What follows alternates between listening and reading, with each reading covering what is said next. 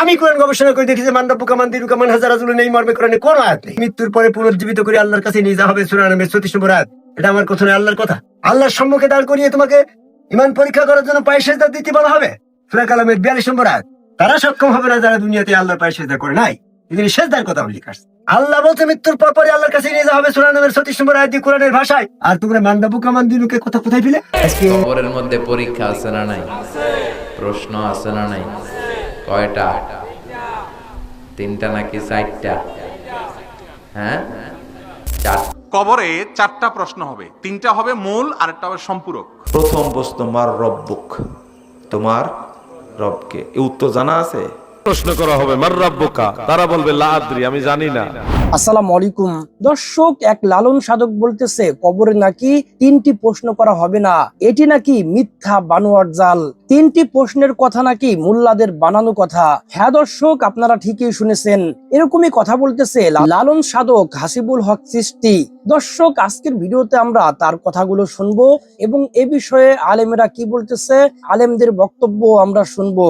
দর্শক, আজকের এই ভিডিওটি সম্পূর্ণ না দেখে দয়া করে কেউ কোনো মন্তব্য করবেন না, সম্পূর্ণ ভিডিওটি দেখবেন, এরপরে আপনারা আপনাদের মন্তব্য জানাবেন। তো দর্শক, চলুন বিস্তারিত দেখে আসি। সূক্ষ্ম প্রমাণ আমি দেখি 100%। এই টুপি বাগড়ি জুব্বা মোজ কাটা হেলাকুরু পরা 10টা সুন্নত পালন করা যে ইসলামটা বর্তমান আছে, এদের 100% লোক বলে কবরের ভিতরে জীবিত করে মান রাব্বুকা মান দীনুকা মান হাযা রাজুলুন 3টি প্রশ্ন করা। আরে মানুষ তো মৃত্যুবরণ করার পরে তাৎক্ষণিকভাবে পুনর্জীবিত করে আল্লাহর কাছে নিয়ে যাওয়া হচ্ছে সূরা আন-নামের 34 নম্বর আয়াত। তো সেখানে আল্লাহর সম্মুখে দাঁড় করানো হবে, আল্লাহকে স্পষ্ট ভাবে দেখতে পারবে, সম্মুখ থেকে সকল পর্দা উন্মোচন করা হবে সূরা কাফের 22 নম্বর আয়াত। এবং কাফেররা সেদিন স্পষ্ট ভাবে আল্লাহকে দেখতে পারবে সূরা মরিয়মের 38 নম্বর আয়াত। আল্লাহর সম্মুখে দাঁড়িয়ে আবার এই ধরনের মূর্খের প্রশ্ন কিনা করে মান রাব্বুকা, তোমার রবকে? আরে আল্লাহর সামনেই তো দাঁড় করানো হয়েছে, সেই আল্লাহর সামনে দাঁড়িয়ে আবার প্রশ্ন করা হবে নাকি আল্লাহ কিটা? সেখানে কি আর একটা কেউ আছে নাকি? যদি 10টা লোক থাকে, তার ভিতরে যদি তুমি তোমার কেউ জিজ্ঞাসা করে 10টার ভিতরে তোমার বাপ কে, বা 10টার ভিতর তোমার মামা কে, 10টার ভিতর তোমার চাচা কে, এরকম একটা প্রশ্ন থাকতে পারে। কিন্তু যখন চাচা মামা খালু আব্বা ব্যক্তি আবার একটাই থাকে, তাহলে আবার প্রশ্ন করার দরকার কি তোমার রবকে? কিন্তু শয়তানটা আল্লাহ, তো আল্লাহ ছাড়া তার কিন্তু শয়তানও তো নাই। তাহলে এখানে আমার আল্লাহ কিনা, তোমার রব কিনা, এই প্রশ্ন করা মূর্খতা না? এখন যদি তোমাদের জ্ঞান না হয়, কিলা আলিমা যেমন কাঁঠাল পাকে না, তোমার জ্ঞান হলো এই কিলা আলু, তোমাদের জ্ঞান হবে না। তাহলে তোমাদেরকে কি বলবো? মূর্খের ধর্ম চর্চা করে এই সমস্ত এজিদ ইসলাম। আমি মূর্খতার পরিচয় যারা দিচ্ছে তাদেরকে সতর্ক করে দিতে চাই, মৃত্যুর পরপরই আল্লাহর কাছে যে তোমাকে ঈমান পরীক্ষা করার জন্য পায়ে সেজদা দিয়ে ঈমান পরীক্ষা করা হবে। এই পায়ে সেজদার বিষয়টা যারা যারা মেনে নিতে পারে নাই, তারা সেই বিষয়ের প্রেক্ষাপট, সেই সিচুয়েশনটাকে, ঈমানের পরীক্ষার সেই সিচুয়েশনটাকে বিকল্প ধারায় প্রবাহিত করার জন্য, ব্যর্থ করার জন্য এই মান রাব্বুকা মান দীনুকা মান হাযা রাজুলুন এই মূর্খের মতন একটা শয়তানি প্রশ্নপত্র দাঁড় করিয়ে মানুষকে বিপদগামী করছে। এই জন্য আমি বলি, সেদিন আল্লাহর কাছে সবাই একাকী দণ্ডের বানাবে, এটা একটা। আবার হাসরের দিন সমবেত হবে, এটা একটা। তোমরা যেটা বলছো রবের কাছে একাকী, যে রবের সামনে দাঁড় করে পায়ে সেজদা দিতে বলা হবে, সেদিন তারা সক্ষম হবে না। যারা দুনিয়াতে আদম কবে আল্লাহকে সেজদা করে না, তারা সেদিন আল্লাহর পায়ে সেজদা করতে পারবে না।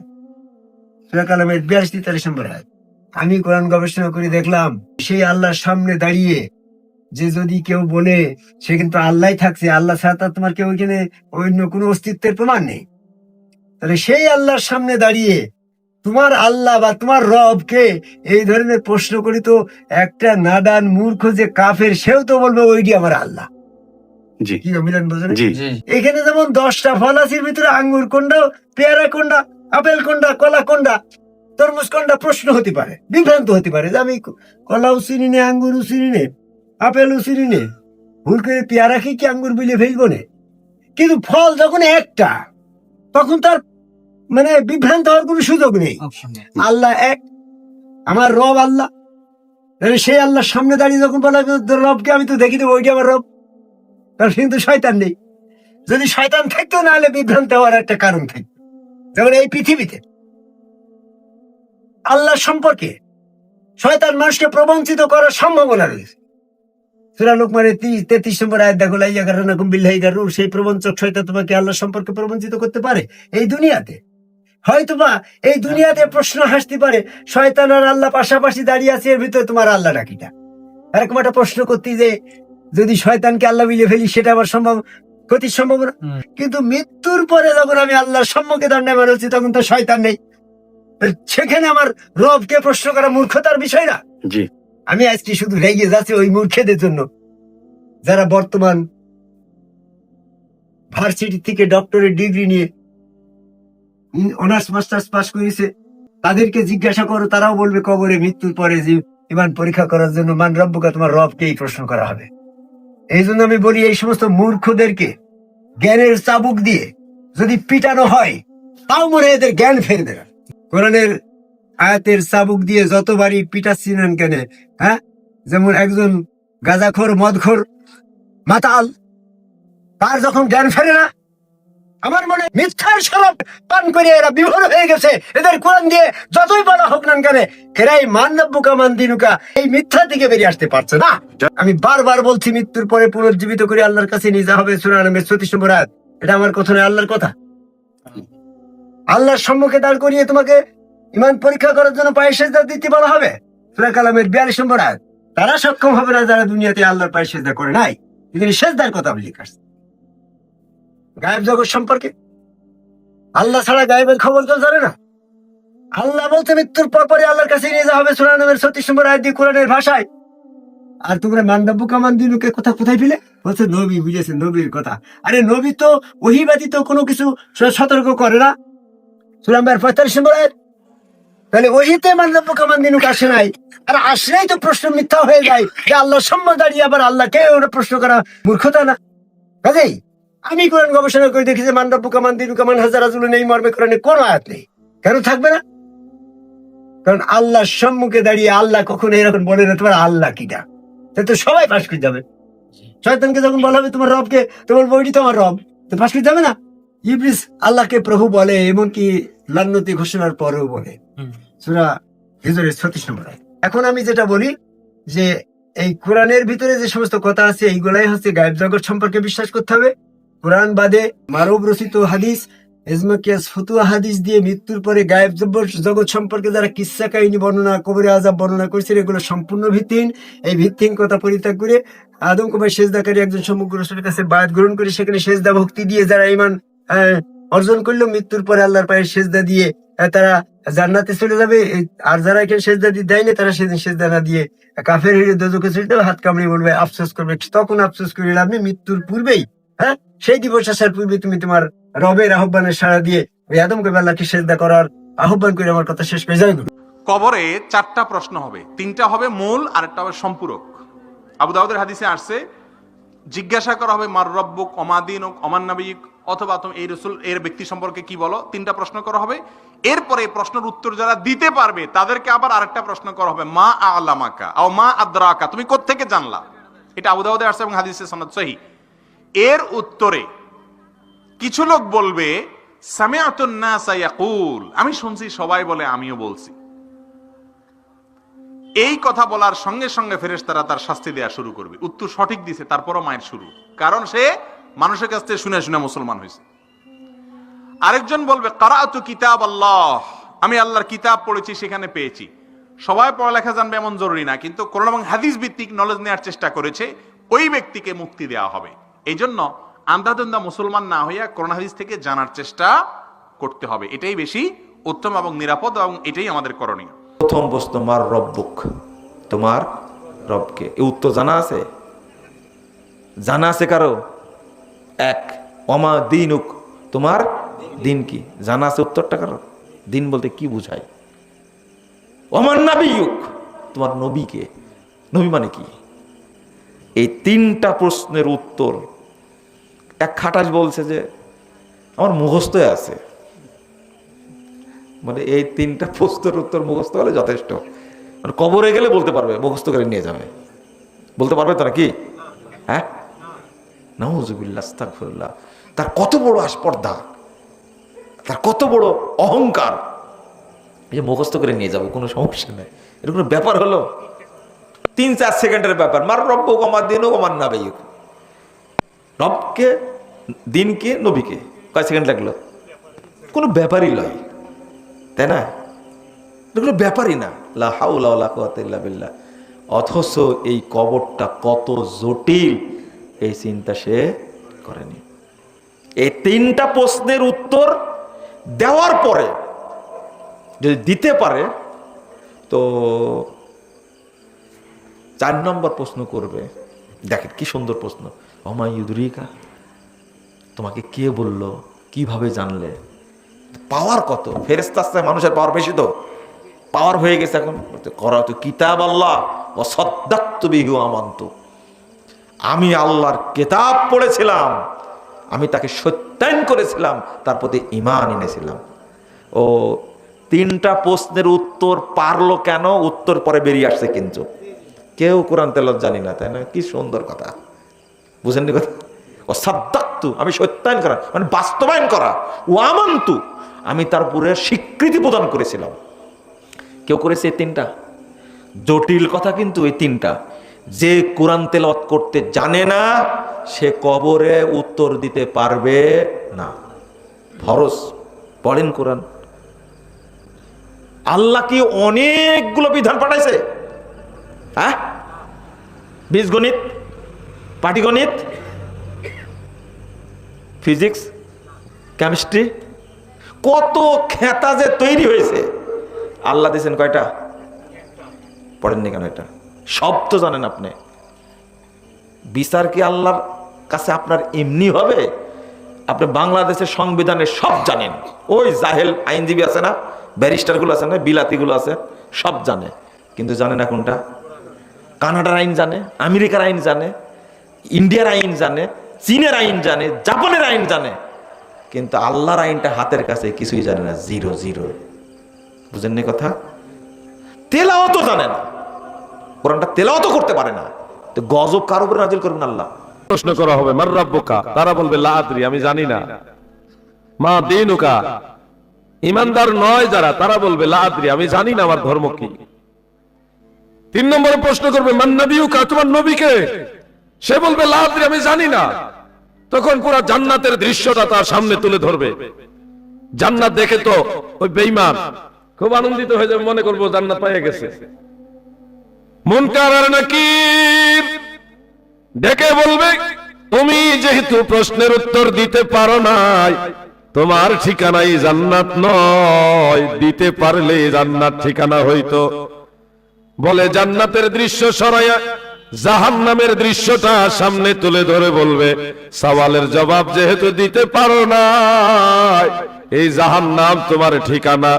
বিভিন্ন হাদিসে বিভিন্ন আযাবের কথা উল্লেখ, মুস্তাদরেকে হাকিমের মধ্যে ইমাম বাইহাকি শুআবুল ঈমানের মধ্যে উল্লেখ করেছেন। একসাথে 99টা সাপ তার কবরে ঢুকায় দেওয়া হবে। 99টা সাপের, প্রতিটা সাপের 9টা করে মুখ, একটা সাপের 9টা করে মুখ।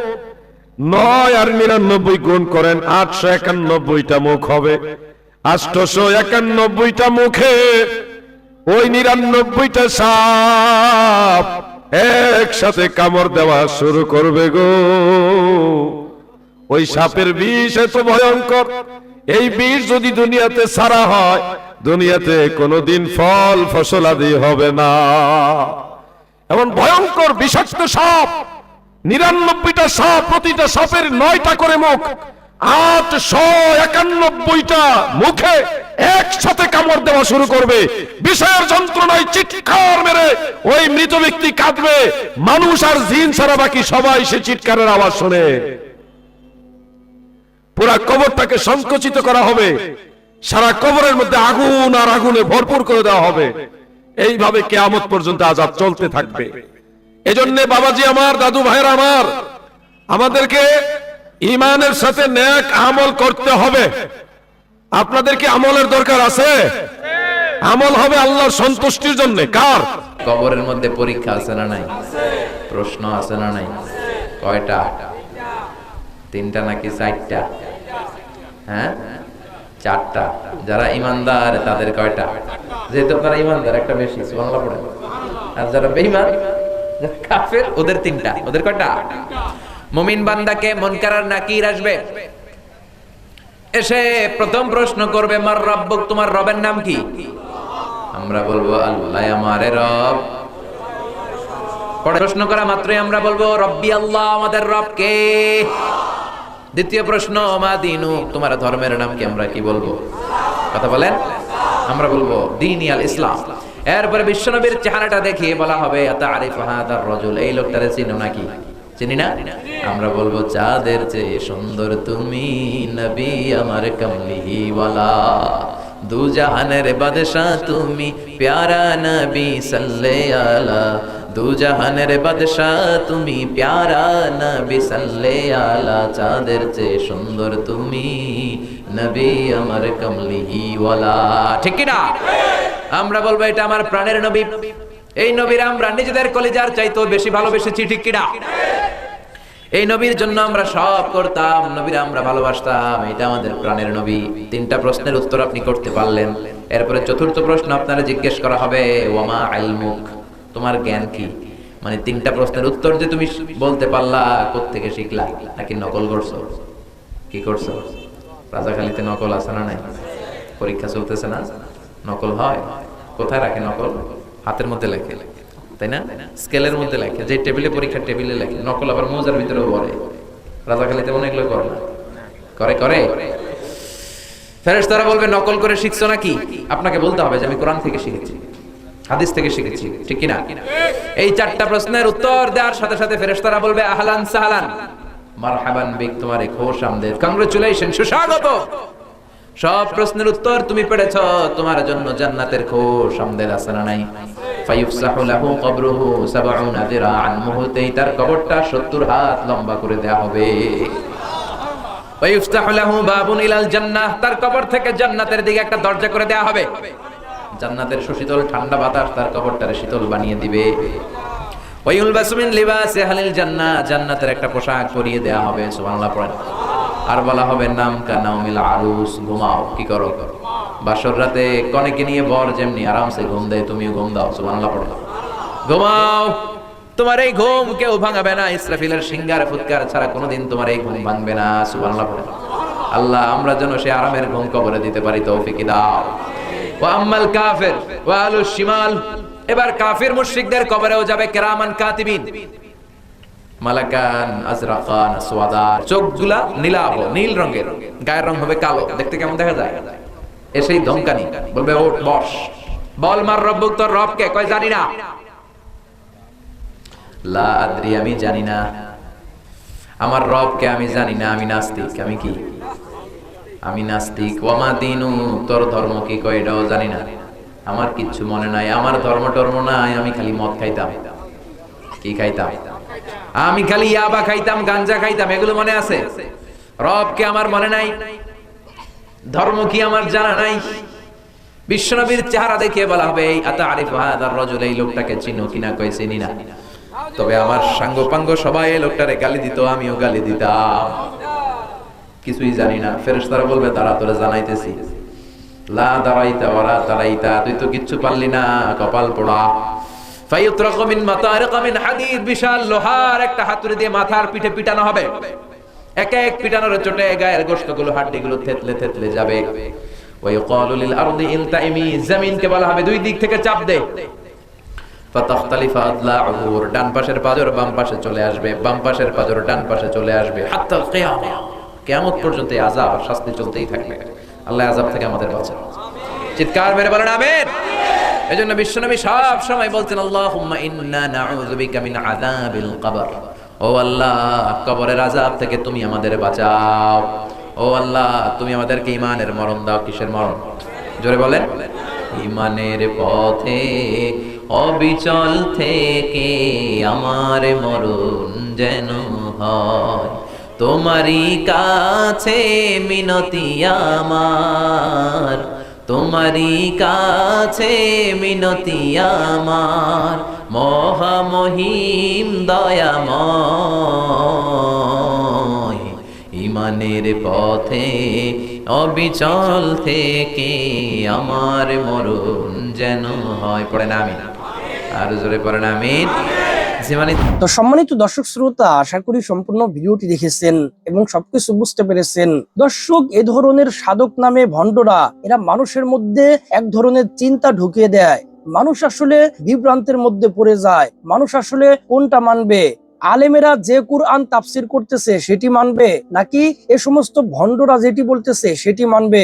মানুষ আসলে এক ধরনের বিভ্রান্তের মধ্যে পড়ে যায়। আর এই সমস্ত ভণ্ড সাধকেরা চায় মানুষ যেন বিভ্রান্তর মধ্যে পড়ে যায়। মানুষ যখন বিভ্রান্তর মধ্যে পড়ে যাবে তখন এদের ব্যবসাটা চাঙ্গা হবে। এরা মানুষের মাথার উপরে কাঁঠাল ভেঙে খেতে পারবে। এরা দেখবেন কোনো কাজ কাম করবে না। এরা দেখবেন কুরআন নিয়ে কোনো ভালো কোনো গবেষণা করবে না। এরা ফরজ তো মানেই না। এদের মধ্যে দেখবেন কোনো ধরনের সুন্নত নাই। এরা শুধু মানুষের মধ্যে বিভ্রান্ত সৃষ্টি করে দিবে। এরা নিজেদের মন মতো কুরআনের ব্যাখ্যা করে। আমি সাধারণ মানুষদের উদ্দেশ্য করে বলতেছি, এ সমস্ত ভণ্ডদের কাছে ভিড়বেন না। আপনার ঈমান বড় দামি জিনিস ভাই। হক্কানি আলেমদের কাছে যান। হক্কানি আলেমদের কাছে গিয়ে তাদের কাছ থেকে ঈমান ও আকীদা সম্পর্কে জানুন। আপনি যদি মনে করেন আলেমদের কাছে যাব না, আপনি নিজেই কুরআন নিয়ে নিজেই কুরআনের তাফসীর করেন। এরপরেও এই সমস্ত ভণ্ডদের কাছে ভিড়বেন না। আল্লাহ সুবহানাহু ওয়া তাআলা যেন আমাদের সকলকে সঠিক বুঝ দান করেন। আমিন আমিন।